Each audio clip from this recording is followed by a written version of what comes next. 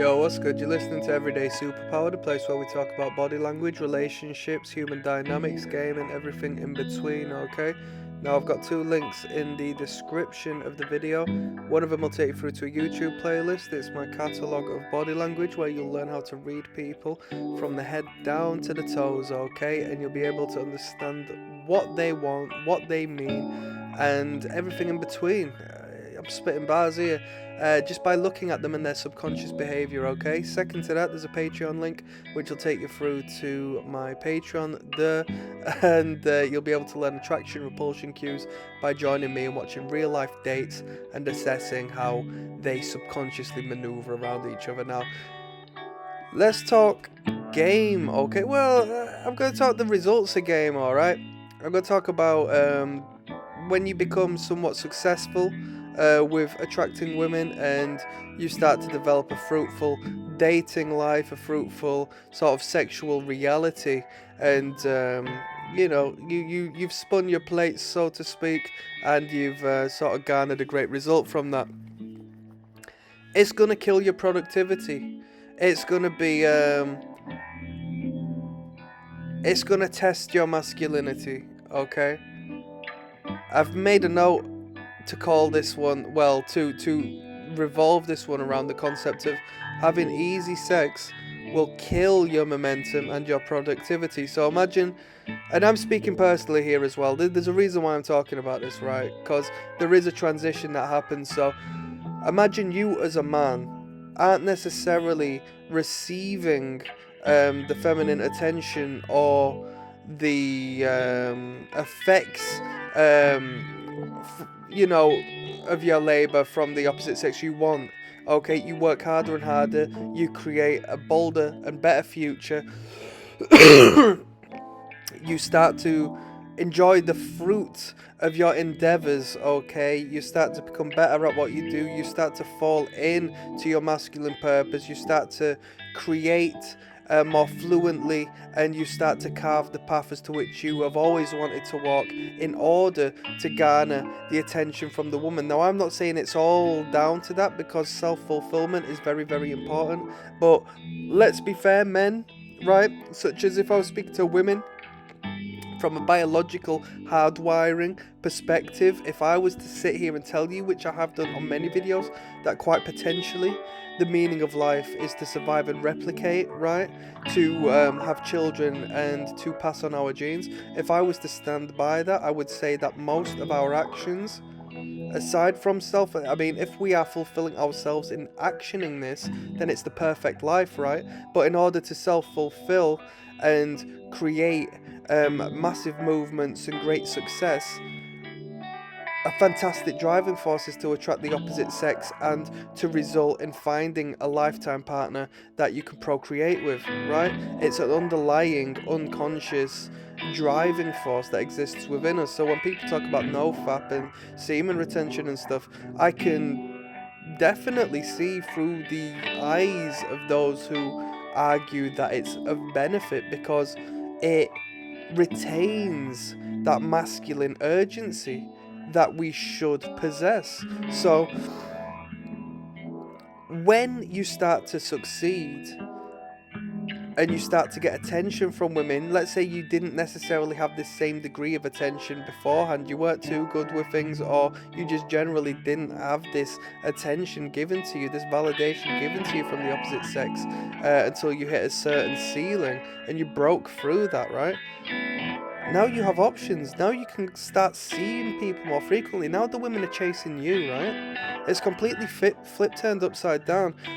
You are now seeing, and this is interesting, right? Because not only is your masculinity going to face a challenge, face an obstacle with this, because your ambition, your drive is gonna face downtime in order for you to meet up and engage with these women in whichever manner, as opposed to working on yourself and your purpose, right?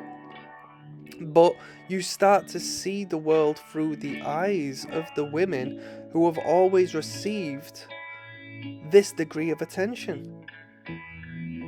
We all know women do the choosing because the men throw themselves at the women. But now the women are throwing themselves at you, like they were the men chasing you, the woman. So have you seen how this flip turn happens, and now suddenly you are put in the position of the woman in this pedestalized space with these interested females?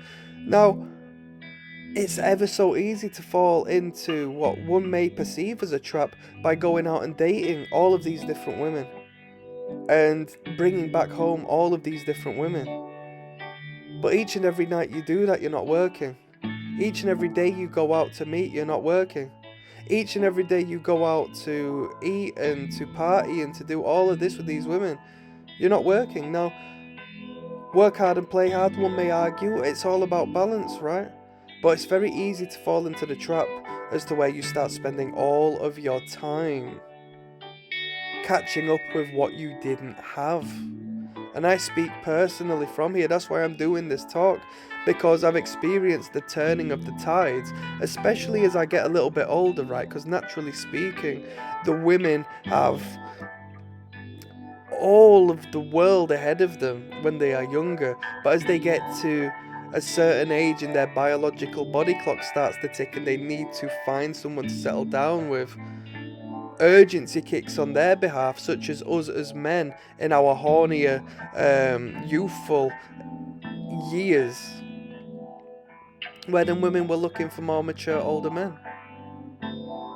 Now we're older men and we have more youthful women looking up to us as we can provide them, give a better life and give direction and lead. But we also have women of our age, if not older, looking to settle down with someone because it's a necessity if they want to replicate and procreate, and their body is telling them that they must do so. Isn't that brilliant? Isn't that beautiful? You held off with reason. You established something worthwhile, and now the tides of biological change have enacted, and now you're at this position.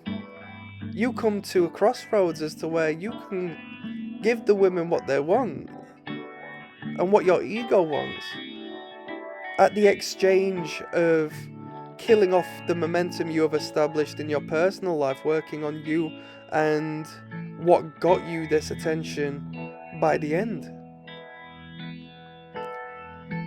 It's incredibly powerful. It's incredibly powerful, and to be loved is to be powerful. To be loved is powerful. To be appreciated is powerful. To feel fulfilled in the validation of the 50% to your 50% is incredibly powerful. But it's very easy to fall within that comfortable space, and before you know it, what you had established and what you had built has been reduced to rubble by the chaotic nature of the woman. And now she and them will look at you as someone who didn't initially have, someone who does not now have what they initially found attractive,